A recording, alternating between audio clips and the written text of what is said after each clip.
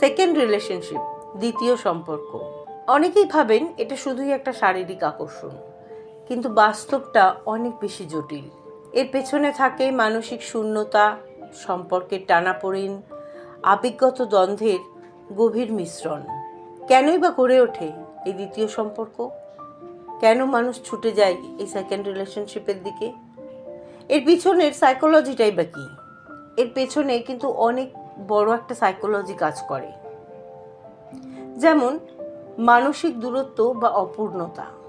অনেক সময় অনেক সম্পর্কে বা বিবাহিত সম্পর্কে যখন ভালোবাসা, সম্মান বা বোঝাপড়ার অভাব থাকে, তখন মানুষ সেই শূন্যতা পূরণ করতে চায় অন্য কারোর মাধ্যমে। আর এখান থেকে জন্ম নেয় এই সেকেন্ড রিলেশনশিপ। Identity crisis. অনেক সময় দুটো ভিন্ন মানুষ এক জায়গায় একসঙ্গে থাকতে গিয়ে তার জীবনের ইচ্ছেগুলোকে হারিয়ে ফেলেন তার পুরো এক্সিস্টেন্সটাকে। তখন একটা নতুন সম্পর্ক আবার আমি কে এই প্রশ্নের উত্তর খুঁজতে সাহায্য করে, মনে করিয়ে দেয় যে না, এখনো আমি বেঁচে আছি। নতুনত্বের আকর্ষণ, নতুন মানুষের প্রতি আকর্ষণ, রহস্য বা উত্তেজনার টান, এটাও কিন্তু একটা কারণ হতে পারে। এগুলো সাধারণত ডোপামিনের চাহিদা থেকে আসে, যা একটা দীর্ঘমেয়াদী সম্পর্কে অনেক সময় কমে আসে বা শেষ হয়ে যায়। মানুষ তখন একটা নতুন কোনো কিছুর দিকে আকর্ষিত হয়। আবেগজনিত বিভ্রান্তি।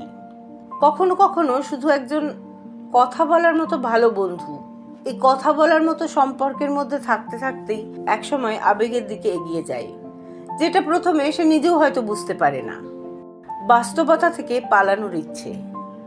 কেউ বর্তমান সম্পর্কের চাপ বা দুঃখ বা একঘেয়েমি থেকে মুক্তি পাওয়ার জন্য নতুন কারোর দিকে এগিয়ে যায়, যেখানে মনে হয় এই সম্পর্কটা অনেক সহজ আর আনন্দের।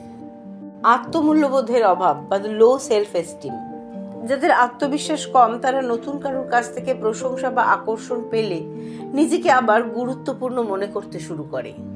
অতীতের অব্যক্ত ব্যথা। ছোট ছোট আঘাত, অবহেলা, না বলা কষ্ট জমে একসময় এমন জায়গায় পৌঁছায় যেখানে নিজের অস্তিত্বটাই আমাদের মাঝে মাঝে বিপন্ন হয়ে পড়ে। তখন পাশে একজন সাপোর্ট করার মতন, একজন ভালোবাসার মতন মানুষের খুব প্রয়োজন এসে পড়ে। আর এই ভালোবাসার খোঁজেই মানুষ নতুন একজনের কাছে আশ্রয় নেওয়ার কথা ভাবে। তাহলে সেকেন্ড রিলেশনশিপ কি একেবারেই ভুল? না, এটা একেবারেই সাদা কালো কিছু নয়। এই সম্পর্ক গড়ে ওঠে একটা মানুষের অপূর্ণতা থেকে। Not always betrayal, but sometimes emotional survival. নিন্দা, সমালোচনা এগুলো করার আগে বোঝা দরকার, কারণ প্রত্যেকটা সম্পর্কের পিছনেই থাকে একটা অদৃশ্য মানসিক গল্প। ভিডিওটি যদি আপনাদের ভালো লাগে তাহলে অবশ্যই শেয়ার করুন আরও অন্য বন্ধুদের সঙ্গে। আর এইরকমই সব ইন্টারেস্টিং ভিডিও দেখার জন্য সঙ্গে থাকুন টিএমবি ফ্যাক্টের। আপনাদের নিজেদেরও কোনো যদি এই সেকেন্ড রিলেশনশিপের অভিজ্ঞতা থাকে, মেল করে জানান এই মেল অ্যাড্রেসে।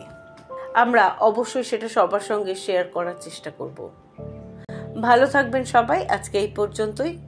টাটা।